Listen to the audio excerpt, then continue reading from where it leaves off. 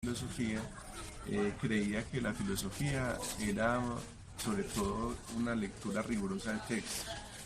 En esa época pensaba entonces que enseñar filosofía era enseñar a leer, a discutir, a interpretar, a criticar textos.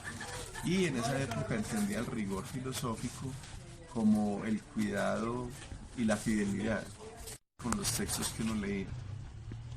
Hoy, después ya de muchos años de haber hecho la maestría, el doctorado y de llevar la educación mucho tiempo, hoy asocio más la filosofía a una forma de vida. Y en ese sentido, para mí la interpretación de los textos, de las teorías, también tienen que ver con esas maneras de existir que tenemos, no solamente los individuos, sino también la sociedad.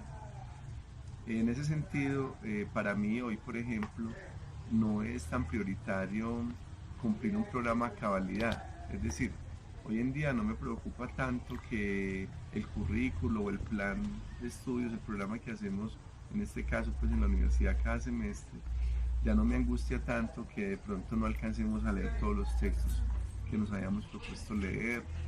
Ya no me angustia el hecho de que de pronto un estudiante prefiera leer otro texto distinto, relacionado con el tema, pero diferente al que pusimos en la bibliografía principal. Y de hecho he aprendido a sacarle también mucha ventaja y mucho partido a las bibliografías complementarias, a los materiales de audiovisuales en internet. Hay mucha información, documentales muy interesantes, otra manera de ver la filosofía, de analizarla, de entenderla, incluso de una manera como más cercana, como a la cultura pues de la imagen que es tan actual para las generaciones actuales. Entonces vuelvo y digo, hoy también creo que eso ha ido de la mano con los autores, ¿cierto? Yo he ido como pasando de unos autores a otros, y en ese sentido creo que también los autores de cabecera que uno va usando también le dan a uno enseñanza a relacionarse con la filosofía de ciertas maneras. Entonces en el pregrado, por ejemplo, yo pues leía mucho a Kant, a Husserl, a Heidegger, y entonces eran autores como mucho más académicos, mucho más abstractos. Y con el tiempo, luego en la maestría leí mucho más a Riquet, fenomenología, hermenéutica. La hermenéutica también es otra manera también de vincularse con el pensamiento, con la tradición, con la cultura.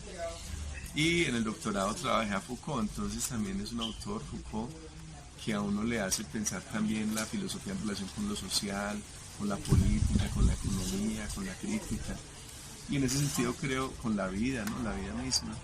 Recuerdo mucho un libro, un texto de Pierre Hadot que se llama La filosofía como forma de vida, que también eso es fruto de leer a los antiguos, a los grecorromanos.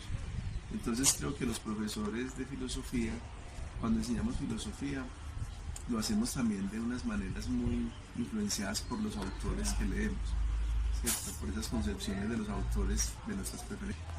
El enfoque que yo ahorita utilizo mucho, yo podría llamarlo constructivista y crítico, en el sentido de que para mí es muy importante la participación de los estudiantes, teniendo en cuenta también que la mayoría de los cursos que yo doy, o la mayoría de estudiantes que van a mis cursos, son estudiantes que ya han pasado por los primeros semestres. Entonces son estudiantes que ya tienen unos saberes previos, unas lecturas previas.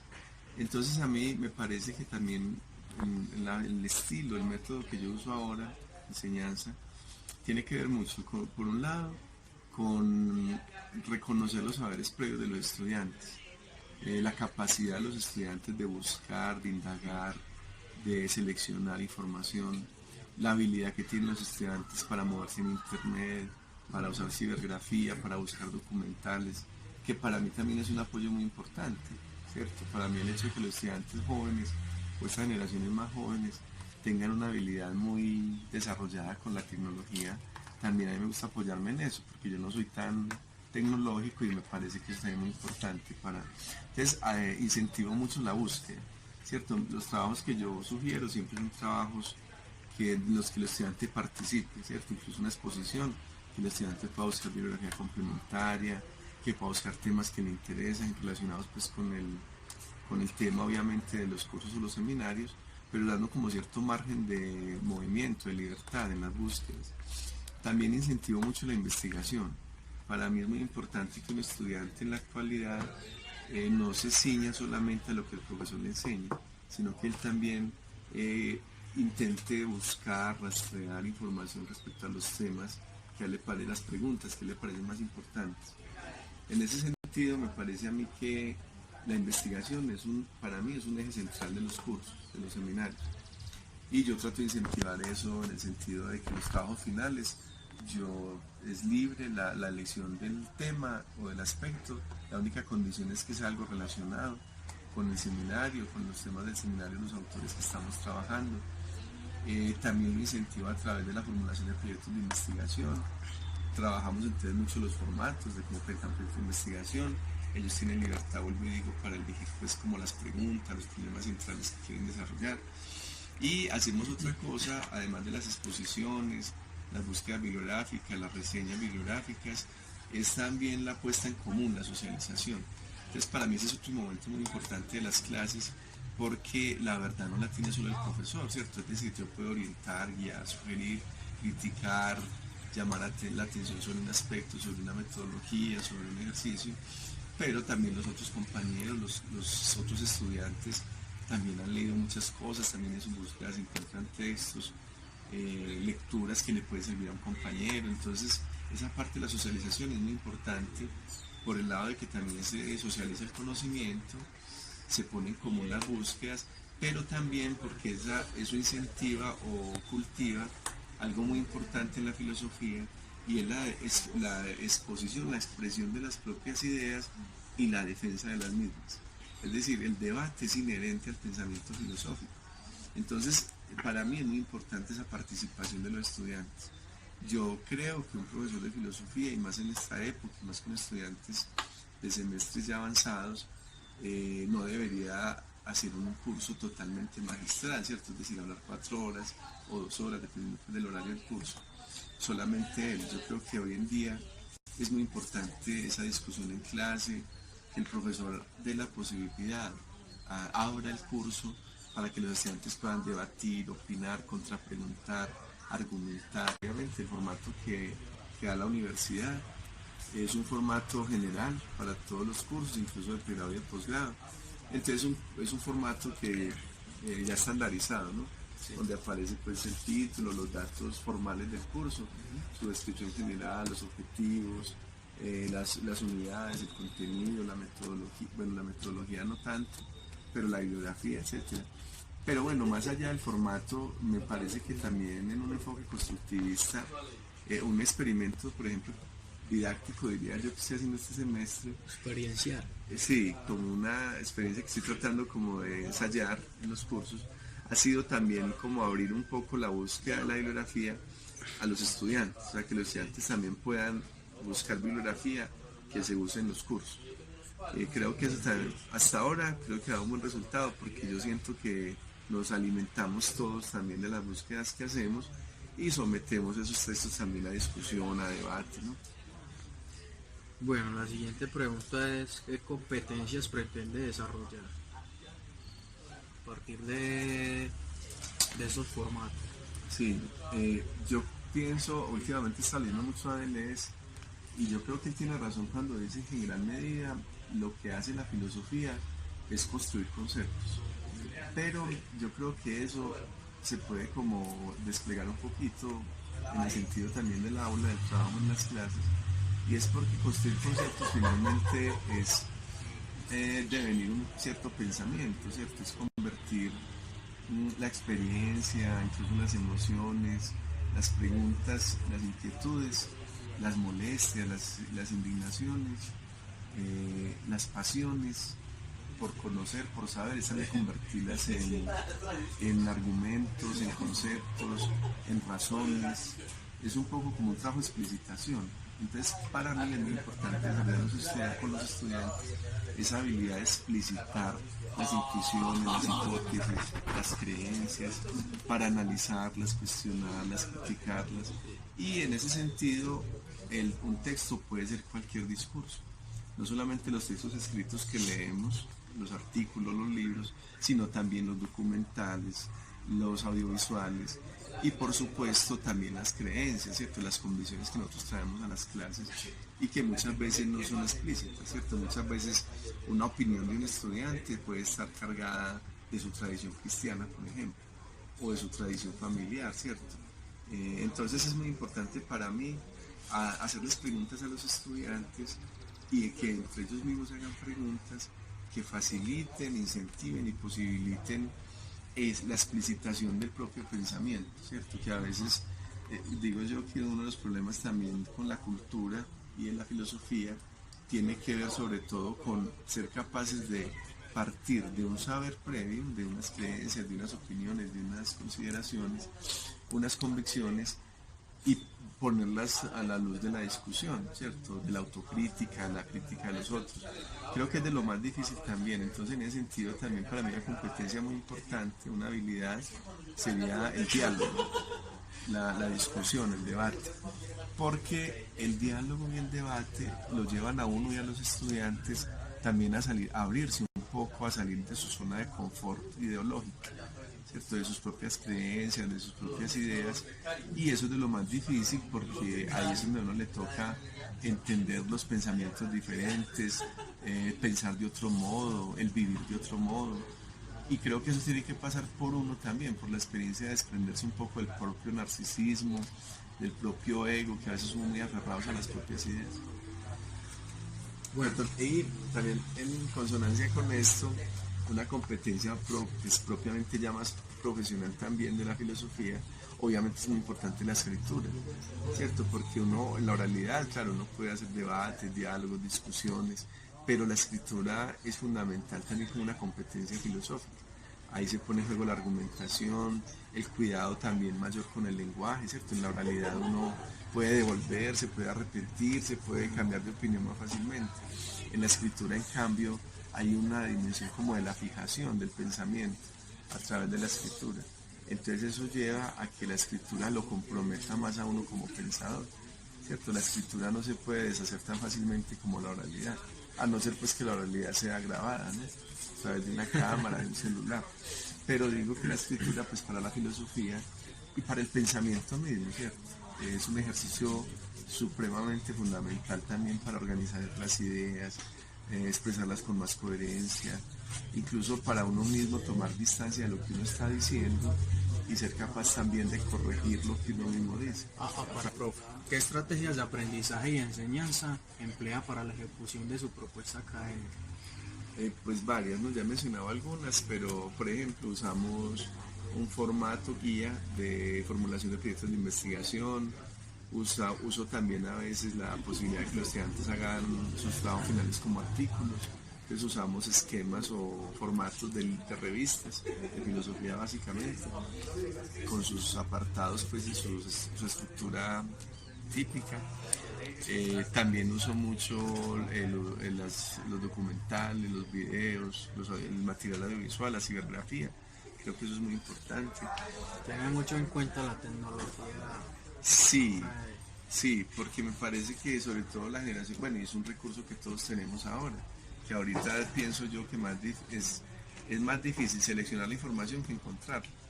Entonces estamos en una época donde también el criterio para seleccionar la información es una habilidad muy importante, que se puede también desarrollar a través de esas búsquedas por internet, por ejemplo. Entonces la elaboración de textos, de exposiciones, de comentarios a los audiovisuales. A través de todo lo que nos ha dicho sobre esas estrategias de aprendizaje y enseñanza, ¿cómo evalúa usted el proceso de los estudiantes?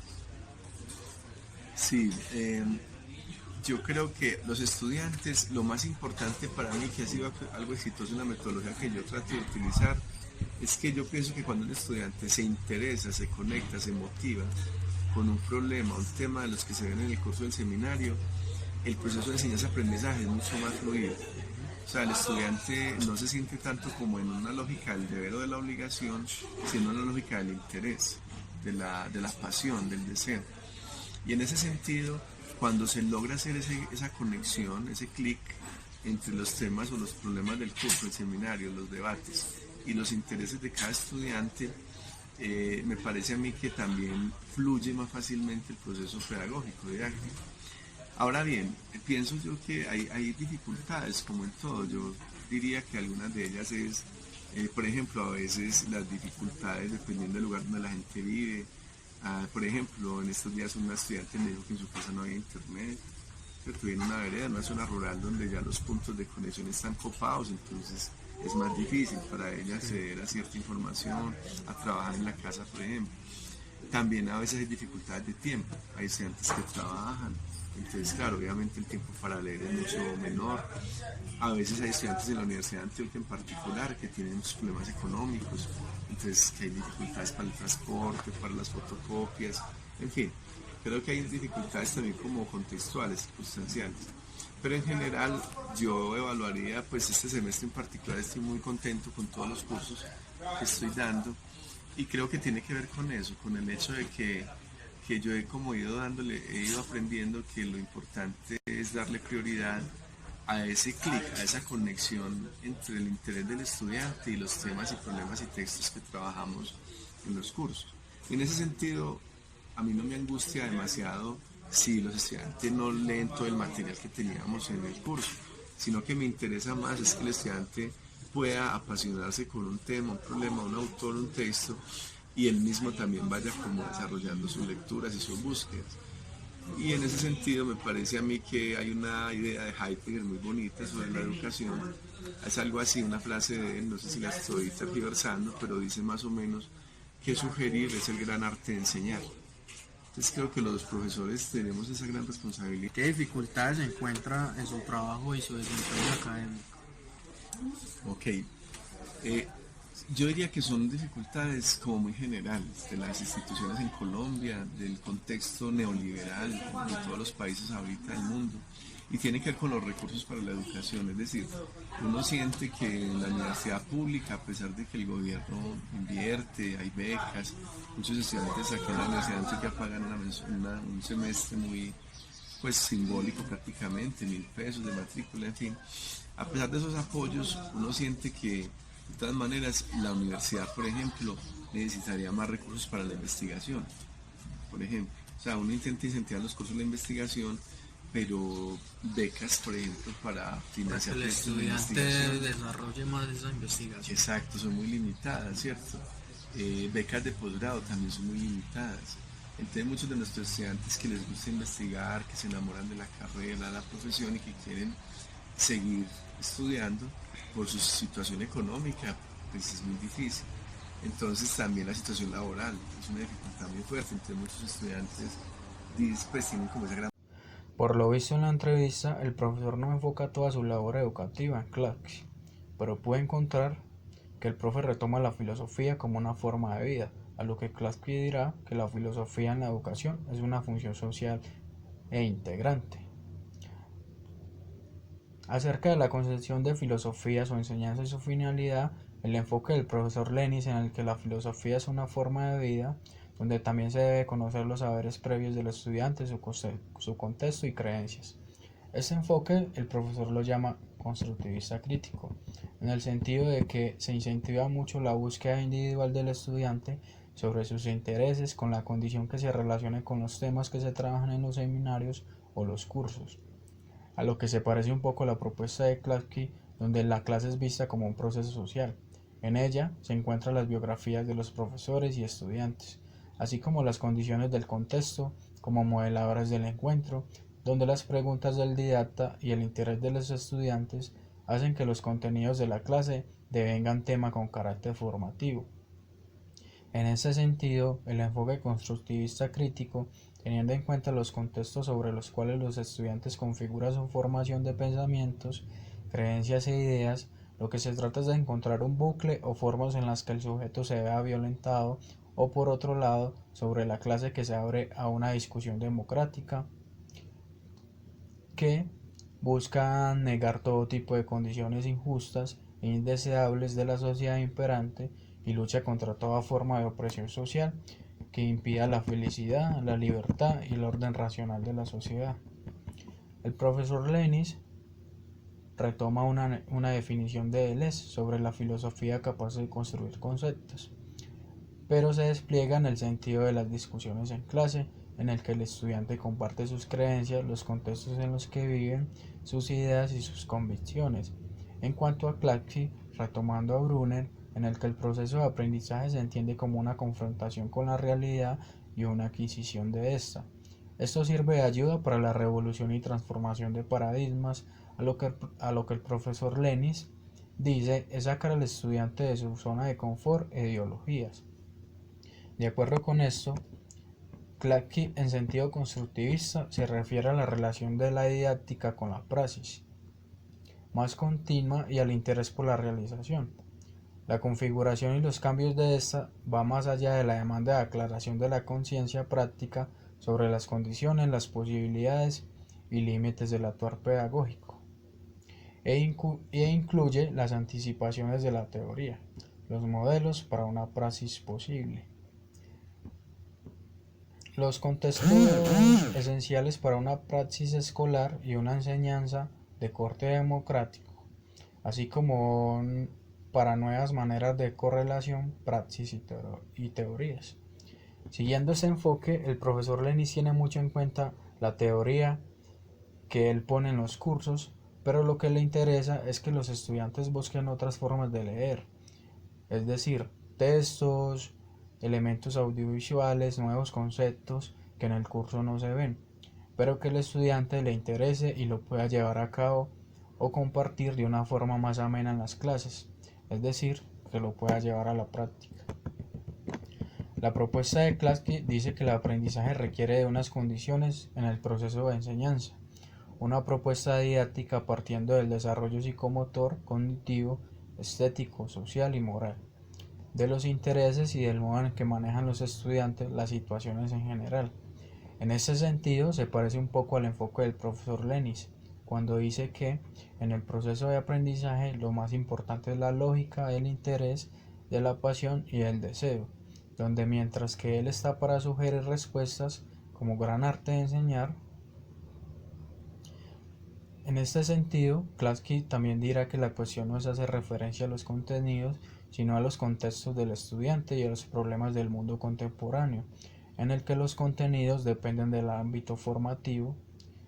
La didáctica crea las condiciones para que el contenido se transforme en algo formativo e involucre al sujeto y al mundo. Terminando con el análisis, el profesor Lenis se podría decir que es klasquiano, porque lo que se trata de los dos enfoques es de una teorías y praxis crítico-constructiva, buscando la emancipación del sujeto, llevando a cabo por el sentido de una conciencia ecológica y crítica sobre su presente en la vida, abriendo mundo, es decir, una visión de la realidad crítico-constructiva en el que el sujeto pueda ver las posibilidades para su propia existencia, ampliar horizontes o constituciones de sentido.